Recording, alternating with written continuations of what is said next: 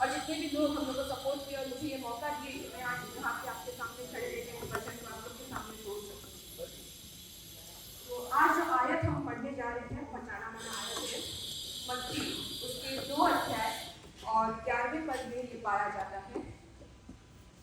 उसमें इस प्रकार लिखा है मत्ती 2 उसके 11। उन्होंने उस घर में पहुंचकर उस बालक को उसकी माता मरियम के साथ देखा और मुंह के बल गिरकर बालक को प्रणाम किया और अपना अपना थैला खोलकर उसको सोना और लोबान और गंधरस की भेंट चढ़ाई। अभी हम लोग ने देखा क्रिसमस में यहाँ पे परमेश्वर ने हम लोग के बीच में एक तोहफा भेजा है। क्रिसमस का मतलब होता है देना।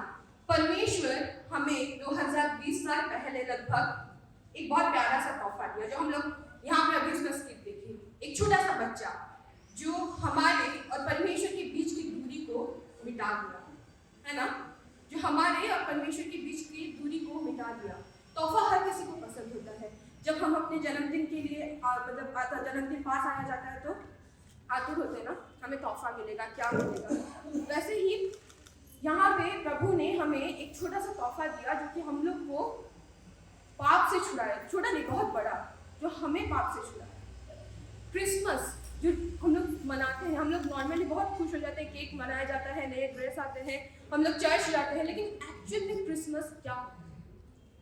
क्रिसमस में ये जो पर्व है ये देने का पर्व है, क्योंकि इसमें परमेश्वर ने अपने सबसे एकलौते बेटे को दे दिया। यूहन्ना 3:16 हम लोग सबको जाना माना वर्ड से सबको याद भी होगा कि उसने जगत से ऐसा प्रेम किया, उसने अपना एकलौता बेटा दे दिया। क्रिसमस का मतलब है देना। हम लोग को देना जानना चाहिए। मंजूसी भी आए ना, दिन मंजूसी पूरा देश से चल के क्या लाए थे हम लोग परमेश्वर के लिए, सॉरी प्रभु यीशु के लिए क्या लाए थे? सोना, मोर, लोबान। बाइबल में लिखा है सोना, लोबान और गंधरस, है ना। तो आज हम लोग ये 3 का मतलब देखें। सोना क्या होता है? नॉर्मली सब लोग जानते होंगे ना, सोना क्या होता है? एक धातु होता है, मूल्यवान धातु। क्रय विक्रय के मामले में अगर हम लोग देखें तो बहुत ज़्यादा ही मूल्यवान होता है। लेकिन सोना जब उसका 100% प्योर फॉर्म में होता है, शुद्धता में जब बोलते हैं ना 100% शुद्ध, वो कैसा होता है? सॉफ्ट होता है या हार्ड होता है? बेहद नरम होता है। जब उसको ज्वेलरी बनाया जाता है ना, उसमें मिलावटें की जाती है, लेकिन उस मिलावट में जो शुद्धता होती है वो मिट जाती है। लेकिन परमेश्वर इस क्रिसमस में हमसे क्या उम्मीद रखता है? जो सोना है उससे क्या उम्मीद रखता है? वो भेंट जब हम लोग देखें क्या उम्मीद रखता है? हमारा मन, हमारा जो हृदय है उसमें जो प्रेम है परमेश्वर के लिए वो 100% शुद्ध है। सोने के जैसा वैसा नरम हो, लोगों का दिल का दर्द समझ सके, है ना, वैसे नरम हो। सोना का मतलब होता है प्यार, ना बदलने वाला।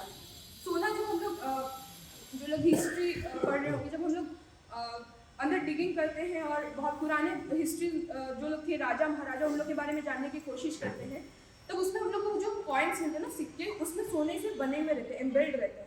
तब हम लोग उसको देखते हैं, तब हम लोग को पता चलता है अच्छा उस राज्य के समय में ये सिक्का यूज होता था। कैसे पता चलता है? सोना तो पिघल जाना चाहिए ना, धरती के अंदर है, बदल जाना चाहिए, उसको क्रश हो जाना चाहिए, लेकिन वो होता नहीं है। उसी बदले, सोने के बदले अगर हम एक आयरन करोगे, आयरन क्या बोलते हैं आप लोग हिंदी में? लोहा। वो क्या होगा? बर्बाद हो जाएगा। हजारों साल, 2000 साल उस पर जंग लग जाएगी, वो खराब हो जाएगा। लेकिन सोना कभी नहीं बदलेगा, ना वो अपना रूप बदलता है और ना ही उस पर लिखे हुए कोई चीज बदलता है। तो हमारा प्यार भी परमेश्वर के लिए वैसा होना चाहिए, कभी नहीं बदलती। कुछ भी आ जाए, कैसी परिस्थिति आ जाए, शैतान आपको बहुत सारे प्रलोभन देंगे, लेकिन फिर भी मेरा परमेश्वर महान है। आज हम यीशु मसीह को क्या बोलते हैं? हम यीशु मसीह से प्यार करते हैं ना, वही प्यार कभी बदलना नहीं चाहिए।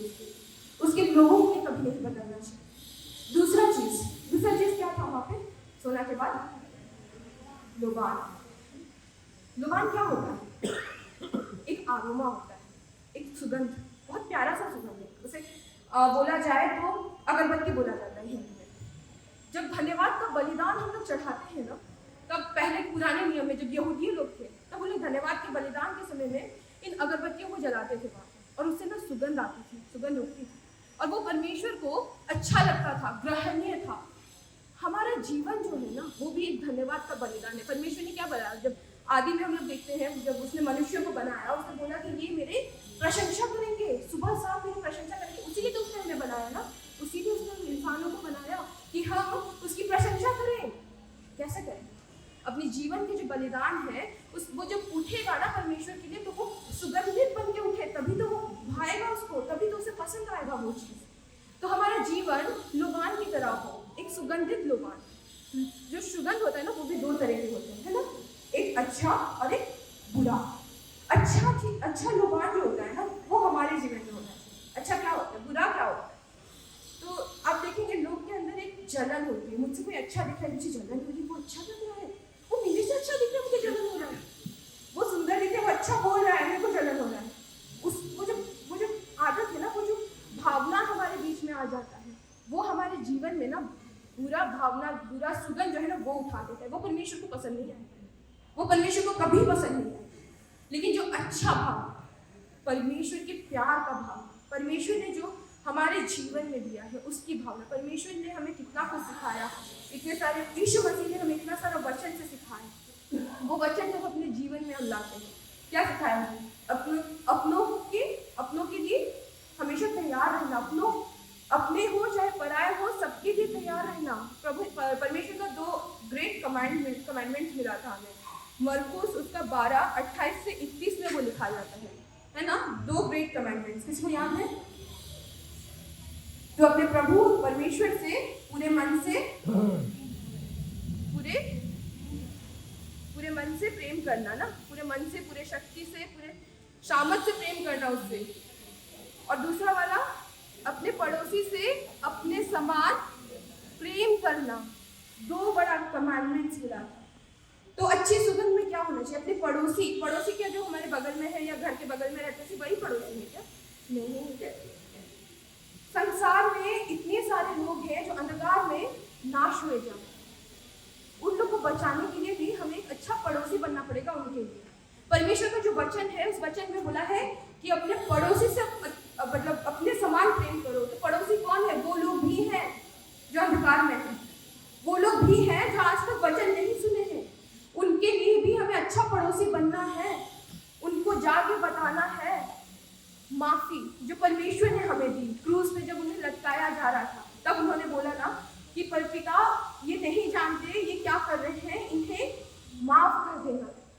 बाइबल में अगर हम देखें तो वहां पे लिखा है 70 गुना 7 बार अपने दोषी को माफ करो, तभी तुम्हारे गलतियों को भी उसी तरह माफ किया जाएगा। क्यों लिखा है 70 गुना 7?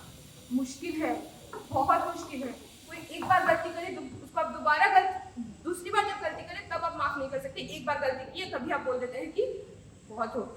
70 गुना 7 बार माफी के लिए बोला गया है। और हम लोग प्रभु की प्रार्थना हर रोज बोलते होंगे और उसमें क्या लिखा है कि मेरे अपराध को भी उसी रीति से क्षमा करना जैसे मैं दूसरों को क्षमा करता हूँ। उसी लिए हमारा जो सुगंध है जीवन का वो इसी तरह अच्छा होना चाहिए कि हम दूसरों को माफी दे सके, दूसरों को हम परमेश्वर की सुसमाचार बता सके, तभी हमारे जीवन से अच्छा सुगंध जाएगा। अब ये चुनाव आपका और मेरा है कि मुझे परमेश्वर के लिए अच्छा सुगंध बनना है या बुरा। ये चुनाव जो है ये आपका और हमारा है कि परमेश्वर के लिए मैं कैसा सुगंध बन पाऊं, परमेश्वर को जो भाता है। तीसरा चीज जो हम लोग लिखेंगे वो है गंधरस। गंधरस क्या है? एक प्रिजर्वेटिव, एक संरक्षण का वस्तु। हम लोग यहाँ पे अचार बनाते हैं ना, बहुत लोग अचार, बच्चे लोग जैम खाते हैं तो वो ज्यादा दिन तक रहता है, खराब नहीं होता है। क्यों? उसमें नमक रहता है।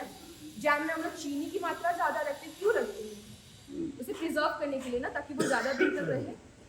तो संरक्षण जो होता है ना, संरक्षण के जो इतने सारे रहते हैं, बहुत सारे रहते हैं प्रिजर्व। सिर्फ नमक या चीनी ये तो ट्रेडिशनल जो पुराने समय से चलता आ रहा है, अभी हम लोग यूज कर रहे हैं उसे। लेकिन और भी बहुत सारे जितने पैकेट फूड्स हम लोग आज खा रहे हैं, आज हम लोग जितने भी पैकेट फूड्स खा रहे हैं वो बर्बाद ना हो जाए, जल्दी खराब ना हो जाए, इसलिए उसमें प्रिजर्वेटिव्स डाले जाते हैं। संरक्षण के कुछ वस्तु जो होते हैं, द्रव्य होते हैं, वो डाले जाते हैं। वो क्या होता है?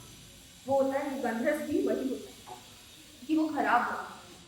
परमेश्वर इस क्रिसमस में हमसे यही उम्मीद करता है कि हम भी परमेश्वर के संरक्षक बने और जो लोग खराब हुए जा रहे हैं, नाश हुए जा रहे हैं इस दुनिया में, दुनियादारी में बर्बाद हुए जा रहे हैं, उन्हें हम बचाने पाए। यही होता है परमेश्वर का ये गंधरस जो परमेश्वर के सामने हम देते उसका मतलब। उसे हम बचाने पाए, उन लोगों को हम प्रिजर्व करने पाए। वो लोग इस दुनियादारी के जितने भी पाप है, पाप में भी और पाप करे जा रहे हैं और पाप किए जा रहे हैं। अगर कोई उन्हें टोके तो वे बोलते हैं कि हम ज्यादा जानते, तुम कुछ नहीं जानते। बोलते हैं ना, जो पाप करते हैं बोलते हैं हम ज्यादा जानते, तुम कुछ नहीं जानते। लेकिन हम लोग को दृढ़ता के साथ न्याय के पथ पे चलना पड़ेगा, क्योंकि लिखा है जो अंत तक धीरज धरे रहेगा उसी का उद्धार होगा। आमीन, हालेलुया। जो अंत तक धीरज धरे रहेगा उसी का उद्धार होगा। उसी के अंत तक, मरण काल तक हमें परमेश्वर का वो संरक्षण बन के रहना है। हमें अपने आप में वो खूबी बनाए रखना है। विनेगर को आप देखें ना, विनेगर वो कभी अपना जो खटास बने, अपना जो उसका कार्य है वो कभी नहीं भूलता, वो कभी उस द्रव्य से हटता ही नहीं है। क्यों?